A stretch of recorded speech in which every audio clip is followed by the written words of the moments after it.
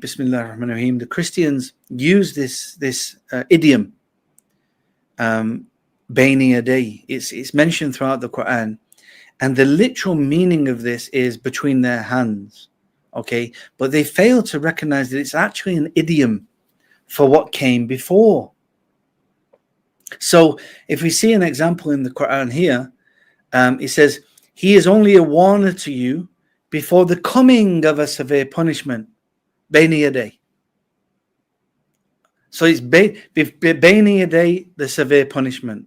Between the hands of a severe punishment? No, of course, it doesn't mean between the hands of a severe punishment. It means before, what's coming before, okay? And there's other examples of this in the Quran. Between their hands, or it's an idiom for what came before. Again, you know, the winds come before his mercy. This is not a good translation. It's a terrible translation, really. But it's the bushra, the winds of good tidings, okay, come before his mercy. Subhanallah. So Bayni Yaday, again, we don't take the literal understanding of this, and it's so clear for the Arabs what it means. You know, and we'll come to more idioms in the English language later to show you that you would never understand it literally. In the English language, there's certain idioms that you would never translate, you know, literally.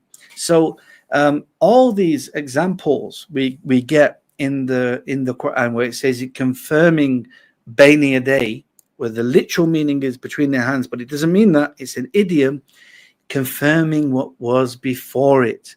What this means, it's affirming what was revealed before it, meaning the original books. Okay, it's speaking in past tense. It's referring what came before, the previous revelations of the Torah and Injeel.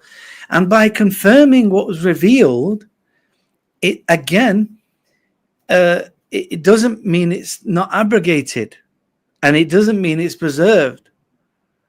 So by saying I believe in the original Torah and Injeel, it doesn't mean that it's preserved today and it's not abrogated. Because again, they're trying to use these verses, Bayni Yaday verses, as if it proves that their book is preserved and still should be used. And as we mentioned in the Muhammad script, this is ridiculous. You can't take this from the text.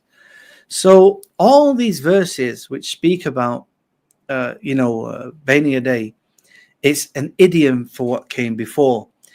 Now, for those who don't understand what an idiom is, there's many biblical idioms which we use in our everyday English language. And in fact, there are idioms within Hebrew and Greek, which also translate, and they've become idioms in English as well.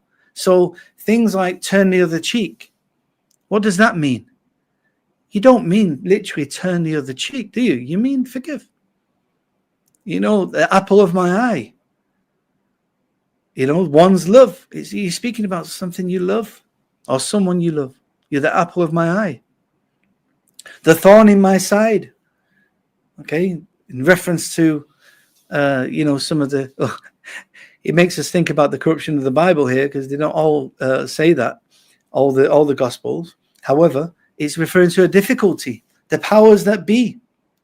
It's you want to speak about the authority without naming the authority. You know, you're hinting. And cast the first stone. Ironically, this isn't even in the original Bible, but it still gets a mention here.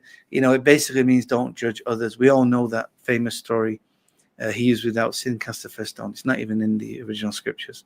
But I'm just showing these as examples that, look, every language has idioms, and you would be an idiot to actually use it in its literal sense. Now, if we do take the literal meaning, speaking of the devil, as they say. Speaking of idiots. Speaking of idiots. By the way, we did not practice this script. It just came. If we do take the literal meaning, it means what's between its hands. Okay, and again, if we take it to mean what's between their hands, it's what book did they have? And we've made it very clear. We've already beat this horse to death already, and everyone knows It's not the Bible, is it, David?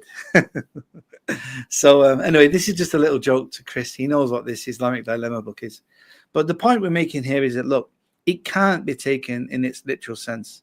However, even if you do want to take it in its literal sense, it's not affirming the Bible. We've shown there was an alternative Torah and Injeel in Medina in 7th century Arabia. We've shown the Islamic concept of the Torah and Injeel does not correlate to the Bible. It's very clear now. Everyone seems to be getting the memo.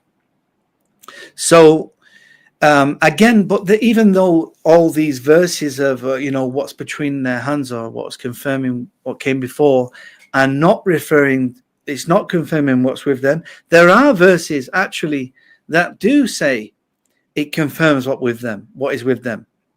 Okay. However, these are referring to the one in Medina.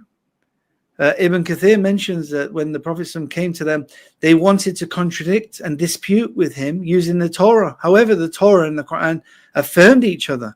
So the Jews gave up on using the Torah and they took other scriptures and magic as their source. SubhanAllah.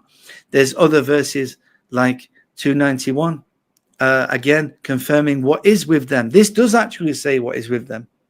Okay? Ma'ahum. Not Bayni Yaday. That one doesn't work. But there are verses. But when we go to the correct tafsir, Ibn Kathir says, since what was sent to the Prophet confirms to what was revealed to the people of the book, then this fact constitutes a proof against them. Okay, again, it's speaking about the one in Medina that did affirm the prophethood of the Prophet, which is why we saw many Jews and Christians accept Islam.